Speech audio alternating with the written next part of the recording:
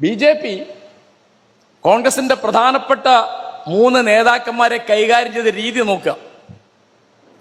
ഒന്ന് ഗാന്ധിയാണ്. ഗാന്ധി ആദ്യം ഒരു ഹിന്ദുരാഷ്ട്രവാദിയാണ് വെടിവെച്ച് കൊല്ലുന്നത്.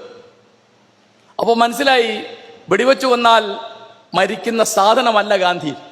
അതുകൊണ്ടാണ് വീണ്ടും ചിത്രത്തിന് വെടിവെക്കുന്നത്. അപ്പോൾ വളരെ നന്നായി എന്നാണ് ഞാൻ പറഞ്ഞത്. കാരണം ഗാന്ധി മരിച്ചിട്ടില്ല എന്ന് അവർക്കാ പരിഭ്രമം. എന്നാൽ ഗാന്ധി നിങ്ങൾക്ക് കൊല്ലാൻ പറ്റില്ല. കാരണം ഗാന്ധി ഒരു വ്യക്തിയല്ല, അതൊരാശയമാണ്. എന്താണ് ആശയം? അത് മനുഷ്യവംശത്തിന്റെ സങ്കല്പങ്ങളിൽ സ്നേഹത്തിൽ ഉള്ള വിശ്വാസമാണ്, വേറെ ഒന്നുമല്ല. അപ്പോ പിന്നെ നെഹ്റുവിനെ തമസ്കരിക്കാം എന്ന് തീരുമാനിച്ചു. അതിന്റെ പല ഉദാഹരണങ്ങൾ നിങ്ങളിവിടെ കേട്ടു, നമുക്ക് കാണാൻ പറ്റും. പിന്നൊന്ന് പട്ടേലാണ്. പട്ടേലിനെ സ്വന്തമാക്കാം എന്നാണ് വിചാരിക്കുന്നത്. എങ്ങനെ സ്വന്തമാക്കാം? ഒരു 3000 കോടി രൂപ കൊണ്ടൊരു ഇന്ത്യയിലെ ഏറ്റവും വലിയ പ്രതിമ ഉണ്ടാക്കിയാൽ പട്ടേൽ സ്വന്തമായി. ഏത് പട്ടേൽ? 48-ൽ ഗാന്ധി വെടികൊണ്ട് മരിച്ചപ്പോ RSSനെ നിരോധിച്ച വല്ലഭായ് പട്ടേൽ. പിന്നെ അബുൽ കലാം ആസാദ്, വേറെ ഒരുത്തൻ. അത് അങ്ങോട്ട് ഇപ്പോ UGC അതേ ഉണ്ടാക്കിയതാ. ഉടനെ അതങ്ങോട്ട് പിരിച്ചുവിട്ടാൽ അബുൽ കലാം ആസാദ് എന്നുള്ള സാധനം ഇല്ലാതെ ആവുന്നു. ഇങ്ങനെയൊന്നും നിങ്ങൾക്ക് ചരിത്രത്തിൽ പെരുമാറാൻ സാധിക്കില്ല. അപ്പോ ബ്രിട്ടീഷുകാർ ഇന്ത്യ വിട്ടു പോകുമ്പോ എന്താണ് വേണ്ടതെന്ന്? എന്താ വേണ്ടത്? അപ്പോ 1915-ൽ ഹിന്ദു മഹാസഭ ഉണ്ടാവുന്നു. 1925-ൽ RSS ഉണ്ടാവുന്നു. എന്നാണ് അവരുടെ ലക്ഷ്യം ലളിതമാണ്. ബ്രിട്ടീഷുകാർ പോയി കഴിഞ്ഞാൽ ഇന്ത്യ ഒരു ഹിന്ദുരാഷ്ട്രം ആക്കുക എന്നുള്ളതാണ്. അപ്പൊ ഇന്ത്യൻ ജനാധിപത്യത്തിന്റെ പ്രധാനപ്പെട്ട സങ്കല്പങ്ങൾ രൂപീകരിച്ചതൊക്കെ ഗാന്ധിയാണ്. അത് പ്രാവർത്തികമാക്കി കാണിക്കാനുണ്ടായിരുന്നത് നെഹ്റുവാണ്. പിന്നെ അദ്ദേഹത്തിന്റെ കൂടെ അബുൽ കലാം ആസാദ്. ഗാന്ധിയും നെഹ്റുവും ഒക്കെ അദ്ദേഹത്തെ വിളിച്ചിരുന്നത് മൗലാനാണ്. മൗലാന എന്ന് പറഞ്ഞാൽ ഞങ്ങളുടെ നേതാവ്. മറന്നുപോയി. ഇപ്പോൾ ആളോട് പറയുമ്പം അവർ പറയുന്നത് അബ്ദുൽ കലാം എന്നാണ്. അങ്ങനെയല്ല. അബ്ദുൽ കലാം എന്ന് പറയുന്നത് ഈ ഇടയ്ക്ക് മരിച്ചുപോയ നമ്മുടെ രാഷ്ട്രപതിയാണ്. അബ്ദുൽ കലാം എന്ന് പറഞ്ഞാൽ വചനത്തിന്റെ അടിമ എന്നാണ്. ആസാദിന്റെ പേര് അദ്ദേഹം സ്വീകരിച്ച തൂലികാനാമാണത്. അദ്ദേഹത്തിന്റെ പേര് മുഹിയുദ്ദീൻ എന്നാണ്. എൻ്റെ പേരും അത് തന്നെ കേട്ടോ. അറേബ്യയിലാണ് അദ്ദേഹം ജനിച്ചത്. അപ്പൊ അബുൽ കലാം എന്ന് പറഞ്ഞാൽ വചനത്തിന്റെ പിതാവ് എന്നാണ്. ആസാദ് എന്ന് പറഞ്ഞാൽ സ്വതന്ത്രൻ എന്നാണ്. വലിയ എഴുത്തുകാരനാണ്. പാർസി, അറബി, ഉറുദു ഭാഷകളിൽ മഹാപണ്ഡിതനായ ആസാദ്. അപ്പോ ഇവരൊക്കെ ചരിത്രത്തെ എങ്ങനെ കൈകാര്യം ചെയ്യാം?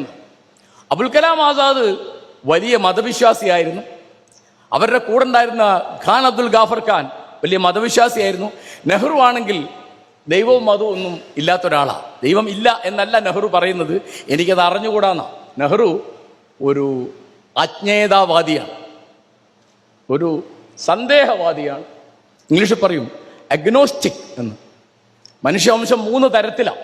ഒന്ന് ദൈവമുണ്ട് എന്ന് വിചാരിക്കുന്ന കോടിക്കണക്കിന് ആളുകൾ, അവരെയാണ് തീയിസ്റ്റ് എന്ന് പറയാം, ആസ്തികവാദികൾ. പിന്നെ ദൈവമില്ല എന്ന് വിചാരിക്കുന്ന കുറെ അധികം ലക്ഷം ആളുകൾ, അവരെയാണ് എത്തീസ്റ്റ്, നാസ്തികവാദി എന്ന് പറയും. ന്യൂനപക്ഷമായ കുറച്ച് ആളുകളെയാണ് അഗ്നോസ്റ്റിക്, അജ്ഞേയതാവാദി, സന്ദേഹവാദി എന്ന് പറയുന്നത്. അങ്ങനെ കുറച്ച് ആൾക്കാരേ ഉള്ളൂ. ചില ആളുകളുടെ പേരൊക്കെ നിങ്ങൾ അറിയും. ഒരുത്തന്റെ പേര് ശ്രീബുദ്ധൻ എന്നാ. 2500 കൊല്ലം മുമ്പ് നമ്മുടെ നാട്ടിൽ ജീവിച്ചിരുന്ന ആളാ. അദ്ദേഹത്തോട് ചോദിച്ചു ദൈവമുണ്ടോ? ഞാൻ പറഞ്ഞു എനിക്ക് അറിഞ്ഞുകൂടാ. പല വട്ടം ബുദ്ധനോട് അത് ചോദിക്കും. അപ്പോഴൊക്കെ അദ്ദേഹം പറയും എനിക്ക് അറിഞ്ഞുകൂടാ.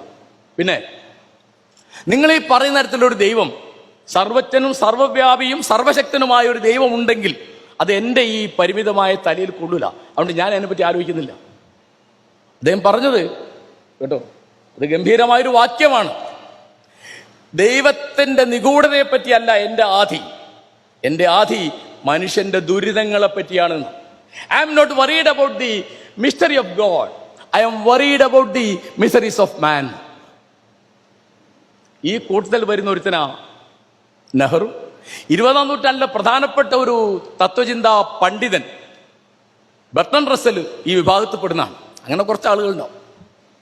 അപ്പോൾ ശ്രദ്ധിക്കേണ്ട കാര്യം, കോൺഗ്രസ്സുകാരെങ്കിലും ശ്രദ്ധിക്കേണ്ട കാര്യം, 1940 തൻ്റെ രാഷ്ട്രീയ പിൻഗാമിയായിട്ട് ഗാന്ധി പേര് പറഞ്ഞത് നെഹ്റുവിൻ്റെ പേരാ. വളരെ ശ്രദ്ധിക്കേണ്ടതാ. എന്താ കാരണം? ഗാന്ധി ഒരു മതരാഷ്ട്രവാദി ആയിരുന്നെങ്കിൽ ആ പേര് ഒരിക്കലും പറയില്ല. എന്താ കാരണം? ഇയാൾക്ക് മതമല്ലെന്ന് ഗാന്ധിക്ക് അറിയാം. എങ്ങനെ അറിയാം? എല്ലാം കൊണ്ടും അറിയാം. കാരണം അവർ തമ്മിലുള്ള ധാരാളം കത്തിടപാടുകളുണ്ട്, അത് പ്രസിദ്ധീകരിച്ചിട്ടുണ്ട്. അത് ഗാന്ധി അന്ന് പറഞ്ഞു, ഞാൻ എൻ്റെ പത്രത്തിൽ കൊടുക്കാം, ജവഹർലാൽ നിങ്ങൾ മറുപടി പറഞ്ഞോളൂ. അപ്പോൾ നെഹ്റു പറഞ്ഞു, അത് വേണ്ട, അത് പത്രത്തിൽ കൊടുക്കൊന്നും വേണ്ട, രണ്ടാളെ കയ്യിലുണ്ട്. ഇപ്പോൾ നെഹ്റുവിൻ്റെ ഒരു കൂട്ടം പഴയ കത്തുകളൊക്കെ ഉണ്ട്. ഒരുപാട് അഭിപ്രായ വ്യത്യാസങ്ങളുണ്ട്. പക്ഷേ മതേതരമായ ഒരു രാഷ്ട്രം കെട്ടിപ്പടുക്കാൻ ഇന്ത്യക്ക് നേതൃത്വം കൊടുക്കേണ്ടത് വല്ലവരും അല്ല, ജവഹർലാൽ ആണ് എന്ന് ഗാന്ധിക്കറിയാം. ഏത് ഗാന്ധിക്ക്? അതാണ് ദൈവത്തിലും മതത്തിലും വിശ്വാസമുള്ള ഗാന്ധിക്ക്.